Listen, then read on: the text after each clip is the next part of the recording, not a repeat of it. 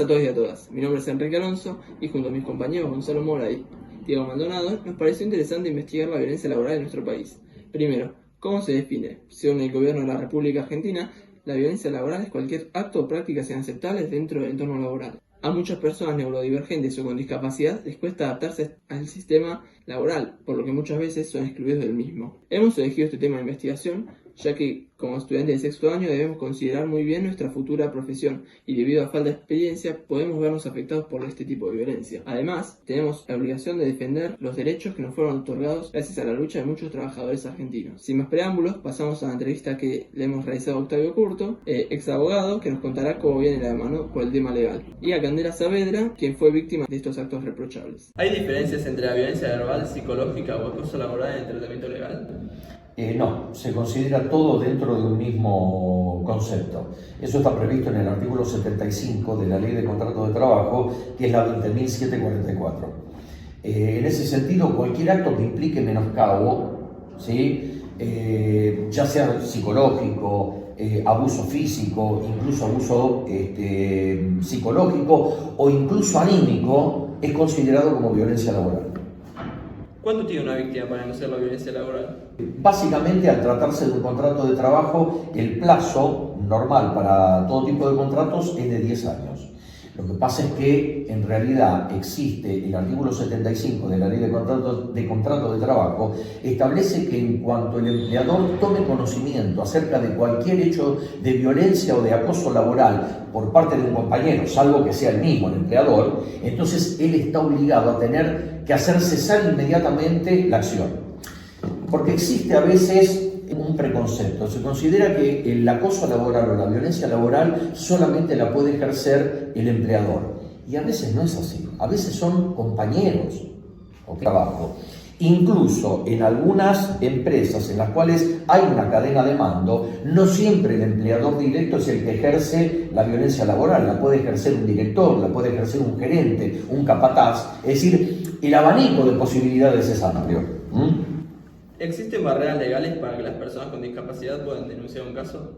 No hay absolutamente ningún tipo de limitaciones. La Ley de Contrato de Trabajo, que fue en ese sentido, si se quiere, pionera, a tal punto que después la Administración Pública Nacional sancionó una ley que es la 14.040 y la provincia de Buenos Aires también, la 13.168, que prevé la prohibición del acoso o de la violencia laboral en el ámbito de la administración pública, tanto nacional como provincial. ¿Okay? Ahora, lo que pasa es que con la nueva ley base que se sancionó hubo una modificación. ¿Por qué? Antes de la ley bases, de acuerdo a la Ley de Contrato de Trabajo, aquel que era víctima de violencia laboral tenía derecho no solamente a cobrar una indemnización por daño psicológico o daño moral, incluso si hubiese habido daños físicos, también daños físicos, y también la inmediata restitución o reintegro al puesto de trabajo. Porque si el empleador no hace nada, entonces el empleado se puede considerar despedido con justa causa. Se exigía el reintegro a su puesto de trabajo, en cambio ahora no. Ahora lo que se prevé es que sí pueda cobrar una indemnización, pero eso no implica que no quede ya extinguida la relación de trabajo. Es decir, el empleador ya no tiene la obligación de volver a reincorporarlo. ¿Cómo se maneja el testimonio de una persona con discapacidad en caso de violencia laboral si su discapacidad tiene que ver con la comunicación? En ese caso existen intérpretes.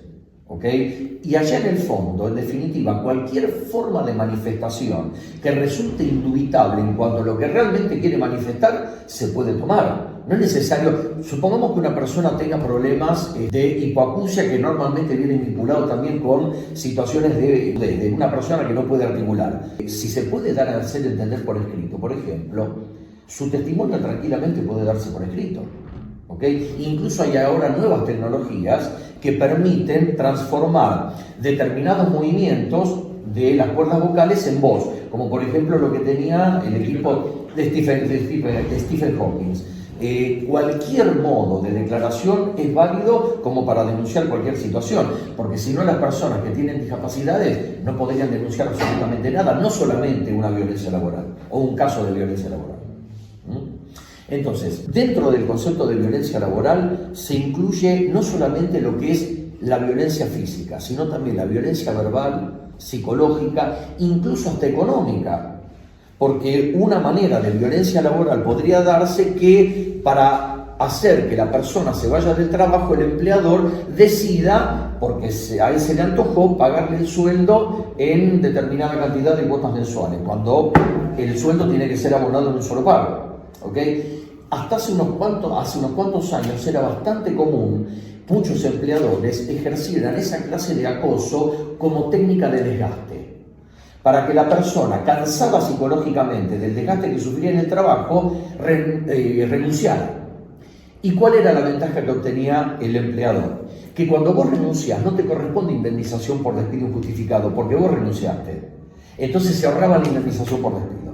¿Okay? De manera tal que cualquiera que sufra cualquier tipo de acoso laboral, porque ahora se le agregó también los casos de la violencia por diferencia de género, ¿okay? Que eso era algo que ya en el fondo estaba previsto en parte en la ley 2744. Por ejemplo, está establecido que si una mujer es despedida cierto tiempo antes del embarazo, normalmente porque se casó, o cierto tiempo después de haber quedado embarazada, se sobreentiende que el motivo del despido es el embarazo.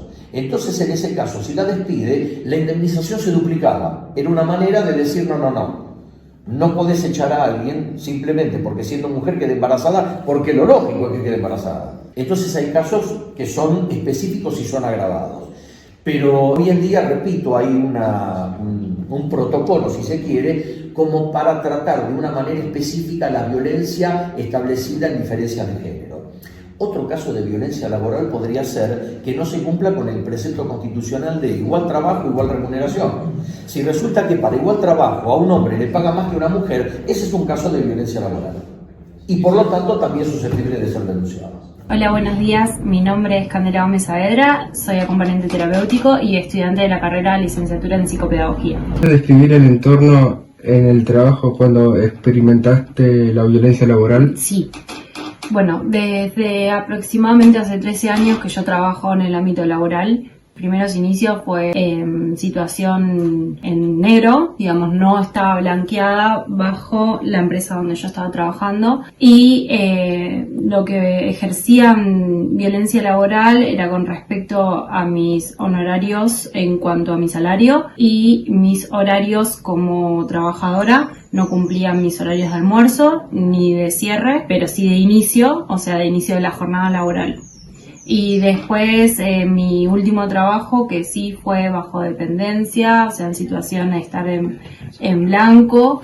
He recibido violencia laboral con respecto a un compañero mío, en el cual fui agredida verbalmente y físicamente. ¿En qué momento te diste cuenta que sufriste violencia laboral? Y me di cuenta cuando pude poner en palabras lo que me venía pasando bajo a mi supervisora, o sea, en ese momento quien era mi encargada en los trabajos que mencioné anteriormente, en el cual contaba la experiencia que había tenido y lo angustiada que estaba. No tenía ganas de ir a trabajar, no tenía voluntad, entonces pude ahí, como dije, poner en palabras lo que vivía y bueno, lo que me causaba malestar. ¿Cómo afectaron estas agresiones en tu salud mental? Me afectó físicamente y mentalmente, tanto de, por ejemplo, de no querer comer, no querer ir a trabajar, dejar de lado la facultad. ¿Recibiste algún apoyo de tus compañeros? Recibí muy poco apoyo de mis compañeros. En el hecho, cuando renuncié, ahí sí me preguntaban los porqués,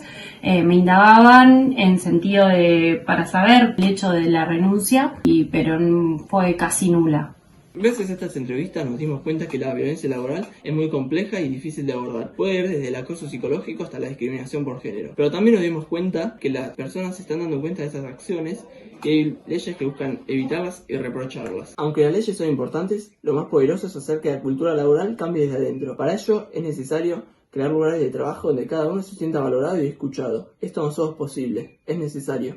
Debemos también cuidar nuestras palabras y cuestionar ciertas actitudes dañinas, para que el cambio sea eficiente. El cambio empieza cuando dejamos de ver el trabajo como un lugar de competencia y lo empezamos a ver desde un lugar donde todos podemos colaborar y crecer juntos. Jefes, compañeros y personal varios en el lugar de trabajo pueden ayudar a hacer un entorno más justo para todos.